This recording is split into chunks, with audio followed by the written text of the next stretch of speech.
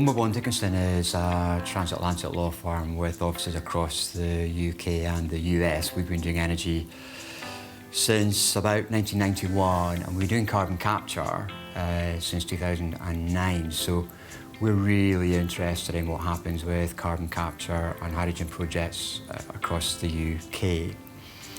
16% of the UK's emissions come from energy-intensive heavy industries, and roughly half of those come from the industrial clusters. In Scotland, the figures are roughly about 30% of Scotland's emissions come from those same industries, most of which come from the clusters. Importantly too, a lot of jobs depend on manufacturers and generators who are in these clusters. So in Scotland, around 300,000 jobs come out of those clusters, and those industrial clusters in Scotland gave about £26 billion per year to the economy. So it's really important to be able to preserve the businesses that are there whilst reducing their emissions. Why is the UK so well set up to develop industrial clusters? Well, firstly, to state the obvious, a lot of the industrial clusters are on the coast. We are an island, we are a coastal nation, and therefore a lot of the clusters are close to where the storage sites might be for the carbon.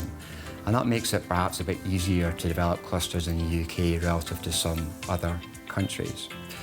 Also, we've got very good know-how. So we have a very strong oil and gas heritage. We have people who know how to do subsea. We know how to do the heavy engineering. We know how to handle the gases. So we can do this. We've got the skills to do it. But also we've got the desire, we've got the enthusiasm, we've got good government policies in place, we've got ambitious government policies in place. And we've got a lot of enthusiastic businesses who really want to get these clusters off the ground. In Scotland, the cluster is particularly well placed to help out with reducing emissions. So it's a project which has been under development for a long time now. Pale Blue Dot, the developers, have been working on this project for quite some time.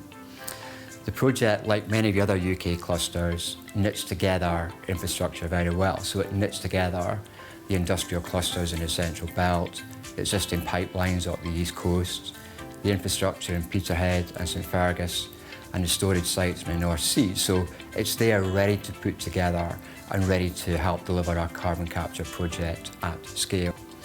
So at Womble Dickenson, we support all the UK clusters, including the Scottish cluster, because they are vital steps in helping the Scottish Government and the UK Government in achieving their net zero aims.